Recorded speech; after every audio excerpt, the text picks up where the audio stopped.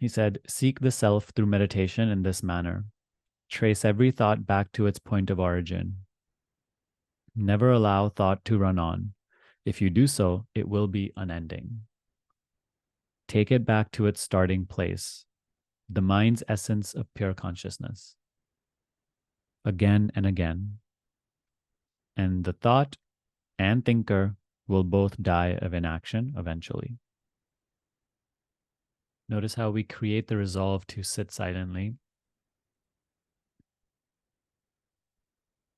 yet the mind has its own plans, right? It keeps arising. Disown the mind.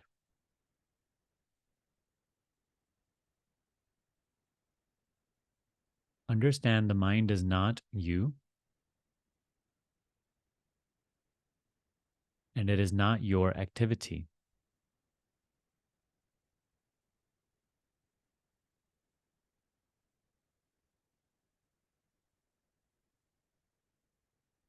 Who are you? That which perceives the mind.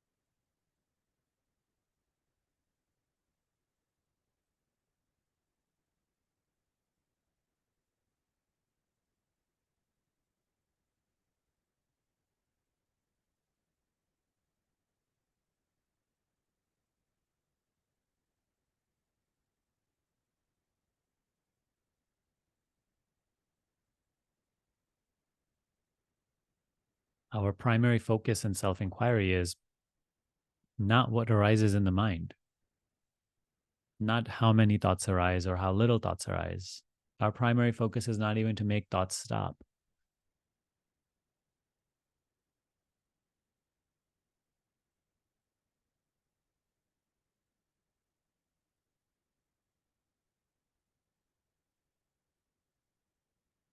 Our primary focus is the subject to whom the thoughts are appearing.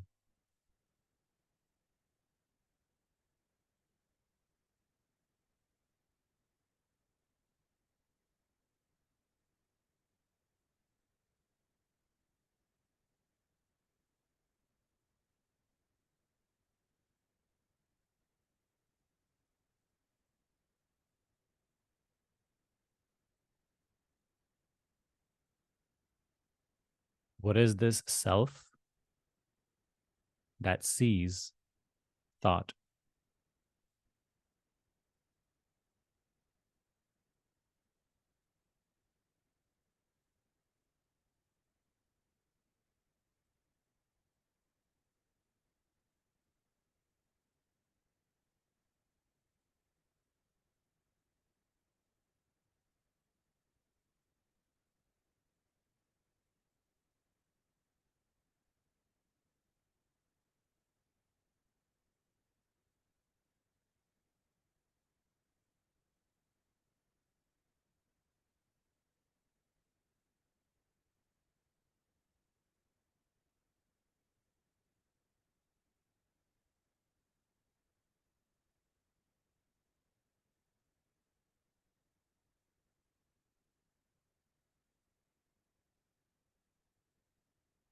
What is so quick to answer that question? When you pose this question as what do I perceive thought, or who am I in whose seeing thought is appearing and disappearing?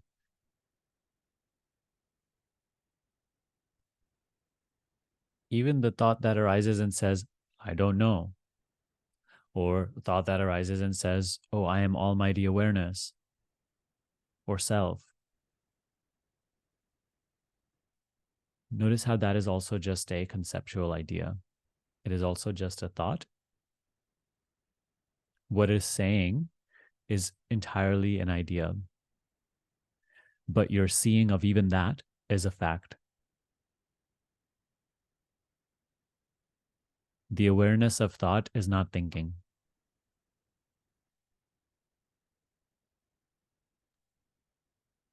Once again, we are not concerned with what the mind is saying. We are concerned only with the subject, I, in whose seeing the thought, saying whatever, is appearing. Bring that one in your noticing.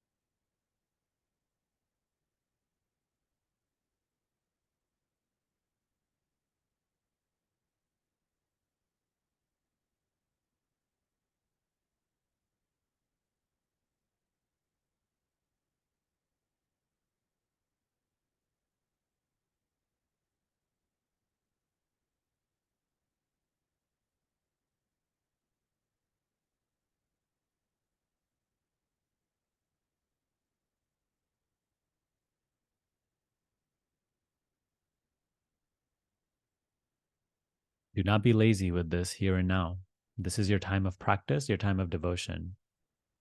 Your concerns about all things personal can wait. They hold no meaning right now. Don't so quickly get mesmerized by the thoughts arising in the mind, trying to project the future and trying to interpret these words. Very clearly stay with this pointing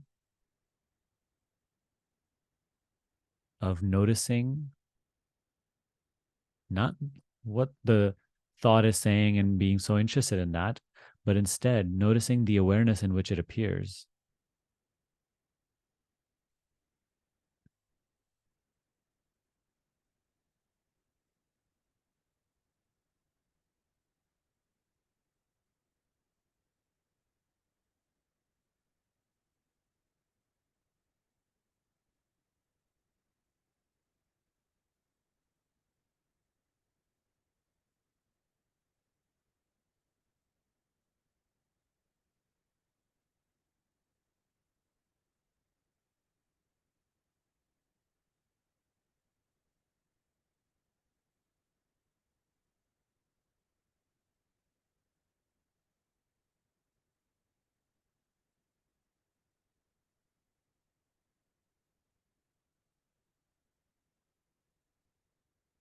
What exactly is I?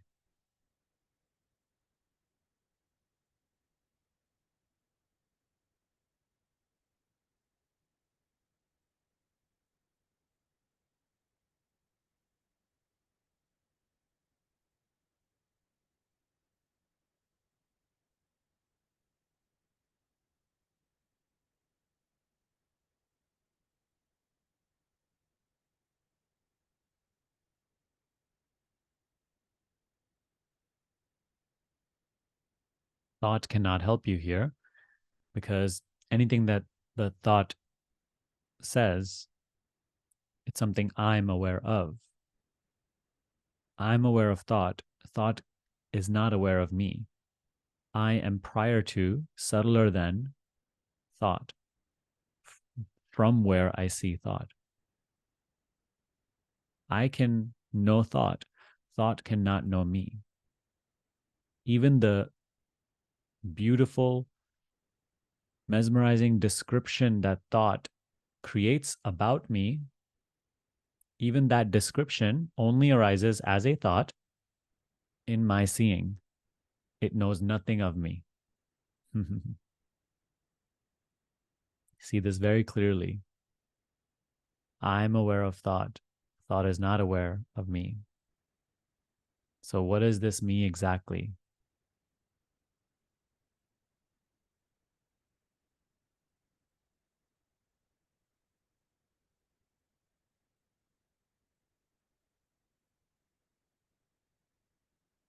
Are you making any effort to be that me, that I?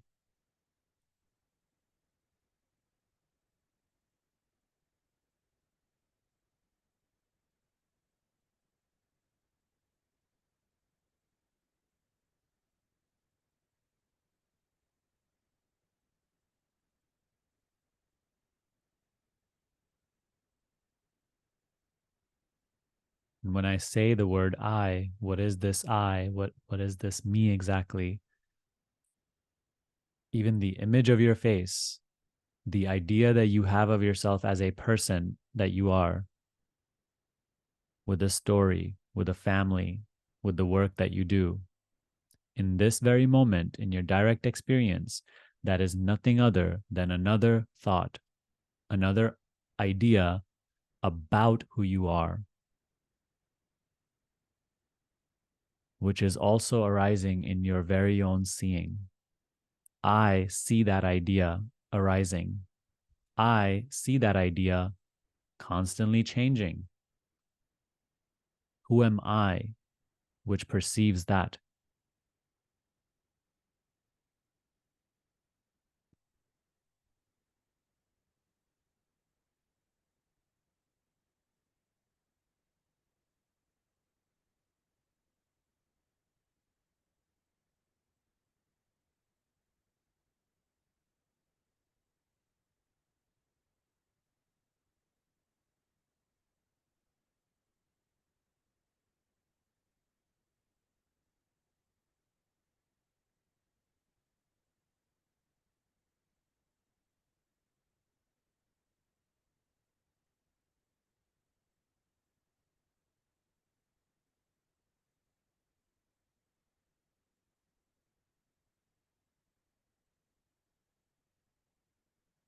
The person that you take yourself to be is not the self.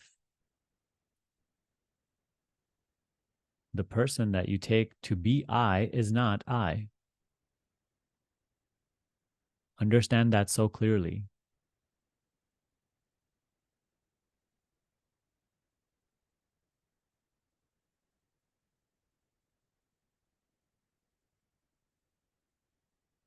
Person that you take to be I is also something you are aware of as a changeful process from the body level to the mind level. There's awareness of the person. The person is not aware of you.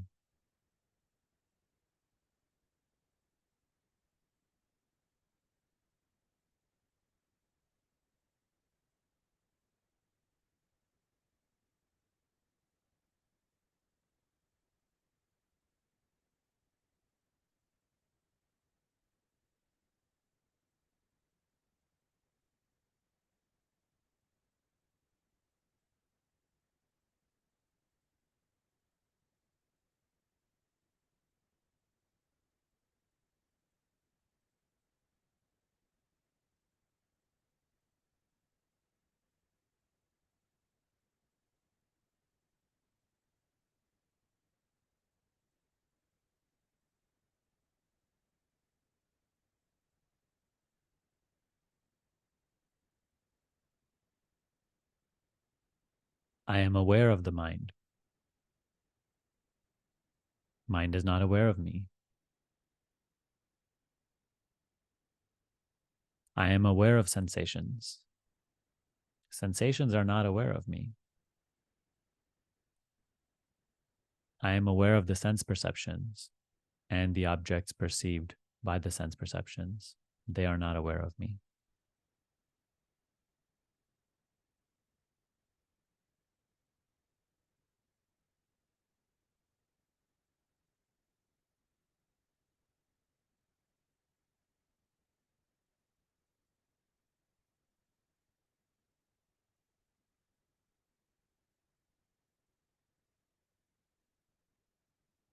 Who am I?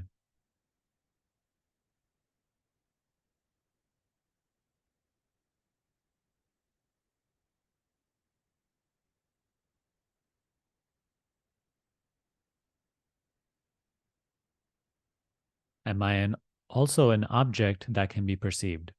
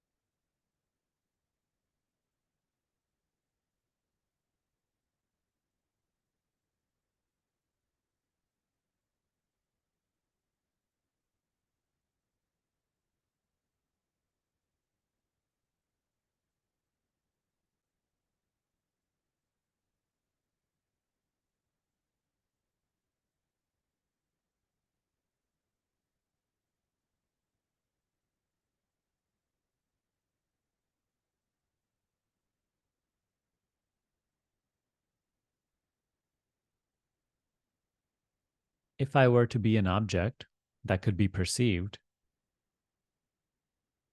what would remain to be aware of that?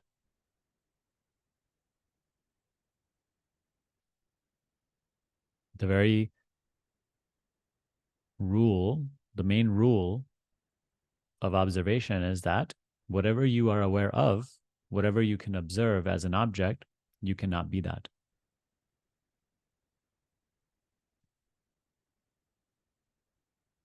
So you see the world, you are not the world. You see the body, you are not the body. You see thoughts, you are not thoughts. You see emotion, you are not emotion. You see even the subtle self image, and you see it change. You are not the self image.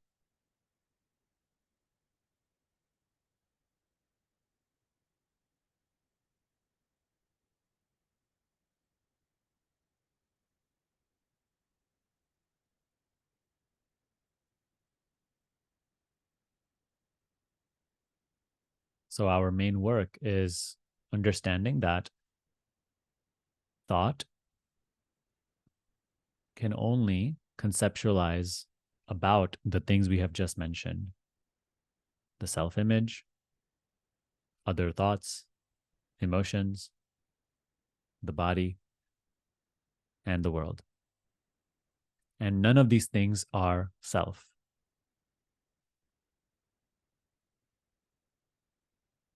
Thoughts themselves are not the self.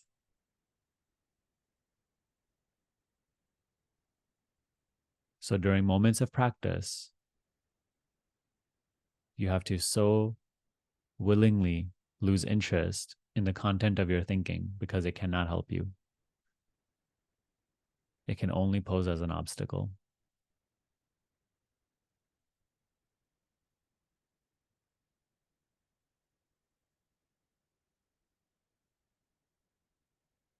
Because it is all conceptual, and it is only capable of focusing in knowing that which you are already not in the first place.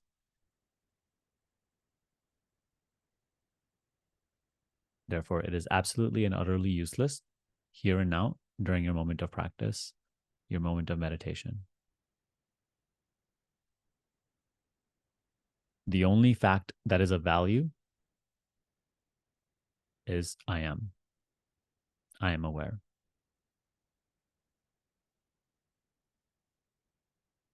Even the mind conceptualizing a billion concepts,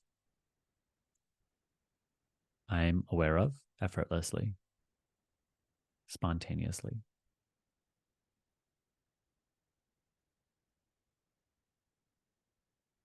Who am I?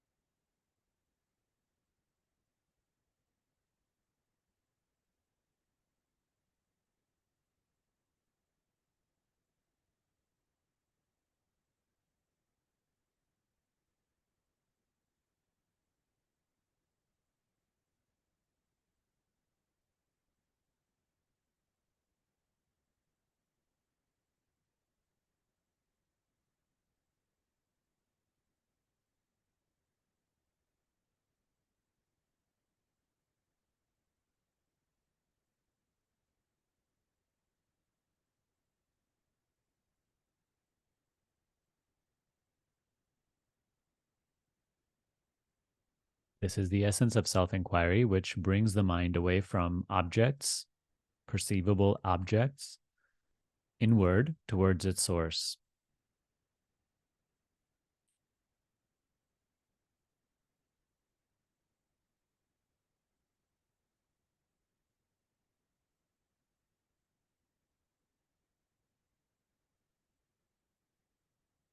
If we remain immersed outwards in the not self, aka thought, emotion, feeling, sensation, sense perceptions, there's no room for wisdom. We remain lost in conceptual reality and therefore suffering.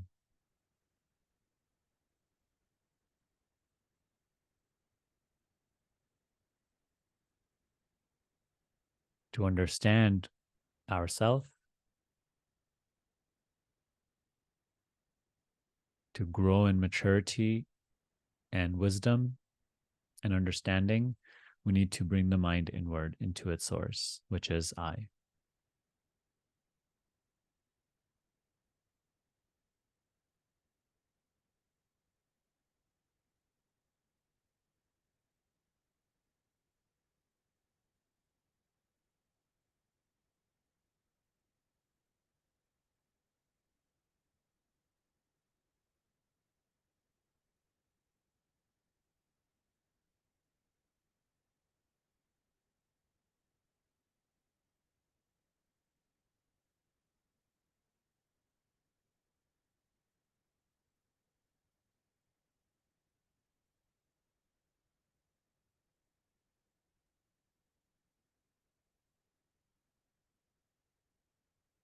Bring your noticing, your attention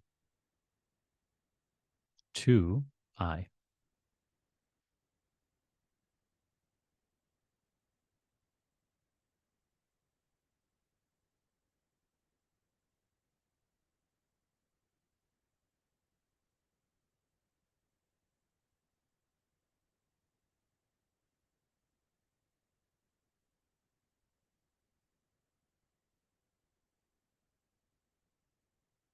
This door cannot be unlocked through forcing and fighting and thinking and figuring out and doing. That only works in the material world, in the mental world.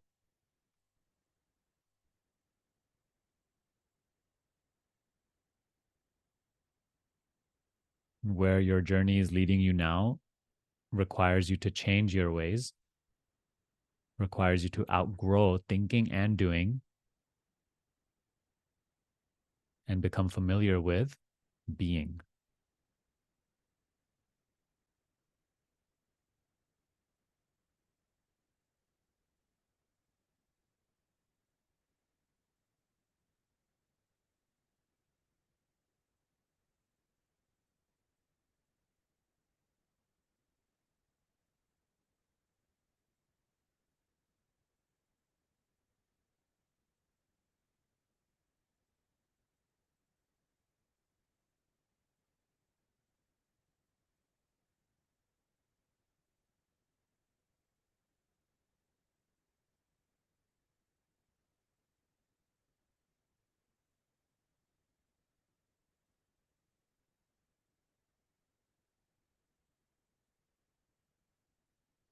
Whenever you see the mind running off, forget about what it's saying.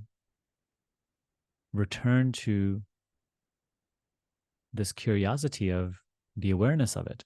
I am aware of it. Bring your noticing to that fact.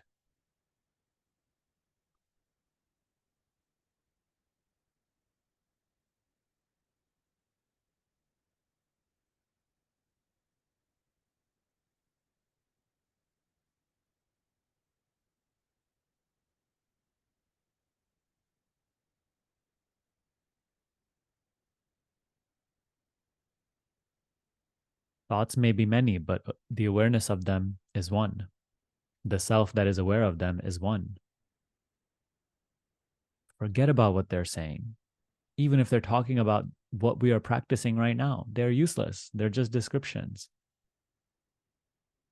The moment you catch yourself lost in thinking, just bring yourself back to the awareness of them. Notice the awareness. Become aware of the awareness.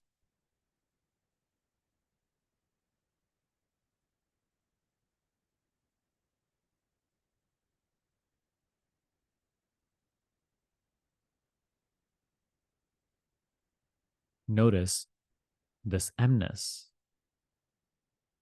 I am.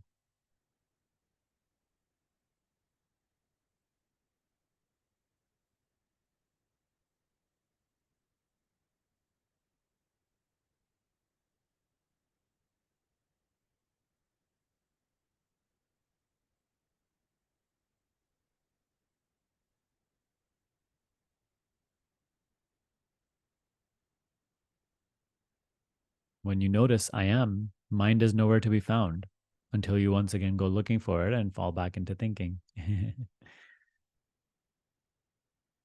Even if you fall back into thinking, all that it remains is just return to this noticing I am.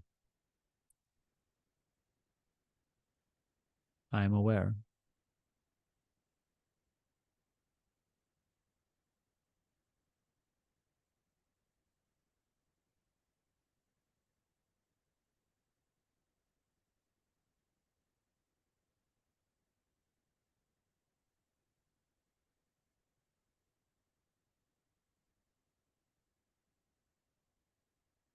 So, as we said in a previous talk, first, this is just felt as almost a place you are escaping to. At first, it feels like this is just a refuge from thoughts, right? You're running away from thoughts, escaping thoughts into this silent space, which still isn't clear. But that's where it requires your consistency and your practice, your devotion to this. Because soon as you mature in this, as you continue to practice this, it starts to feel more like your home, your true position, your true place,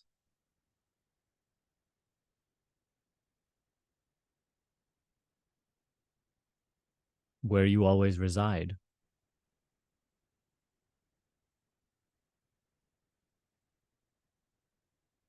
And as you continue to mature in that, also, as you continue to ripen in that, continue to,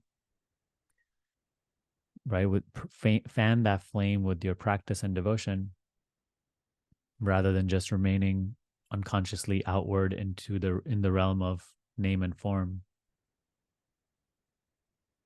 Then, rather than it feeling like a place you are residing in, it starts to be known as myself.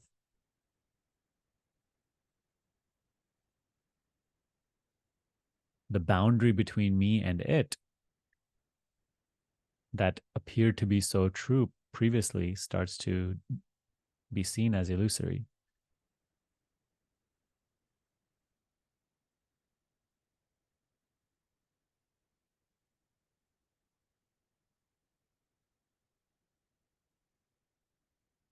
So, this is where that marinating aspect comes in with this. We've heard this talk. Perhaps we've understood it on an intellectual level. Perhaps we've even glimpsed it at an experiential level, but it requires that, call it practice, which is just a returning to the noticing I am.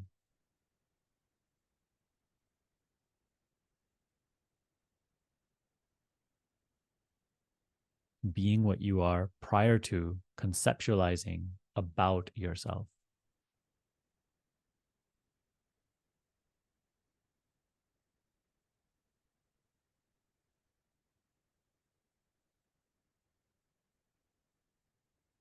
So, today, to wrap up today's meditation,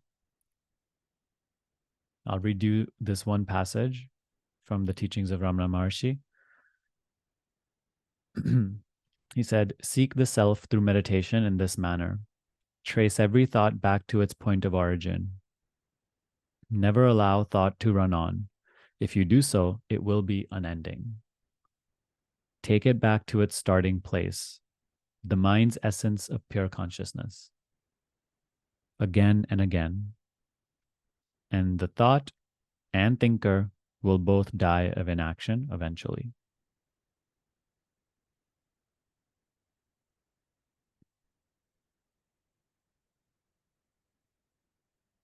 So, continuing to bring the mind inward in this way. If you remain immersed in the concept that is arising in the mind, which is just about who you are as a person and the life that you're living, you will go outward, right? That's going outward into conceptual reality, into the world of name and form, illusion, not self, appearance.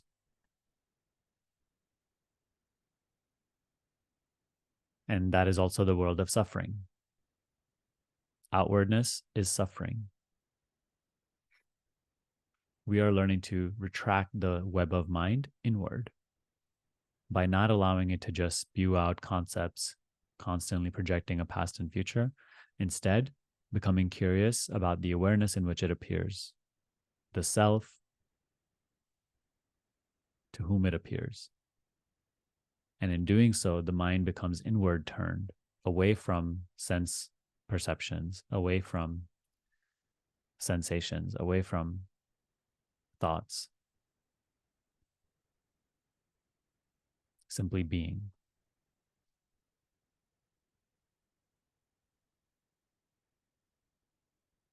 When you're simply being without any concept, yourself is not being associated with any idea, with any thought.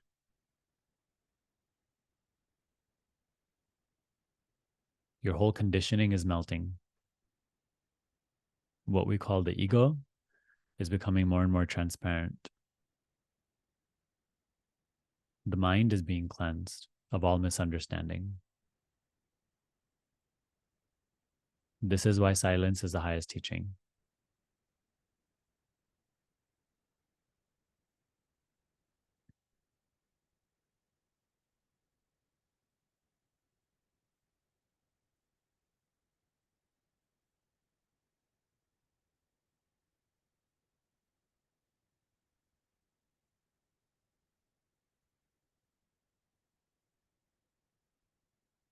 So the power of this hypnosis, of this outwardness, may be strong.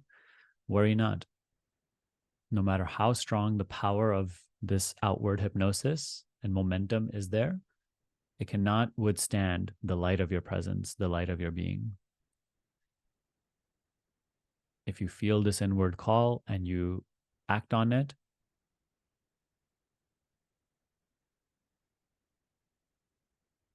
then no matter how strong the momentum of mind, it cannot deter you from this.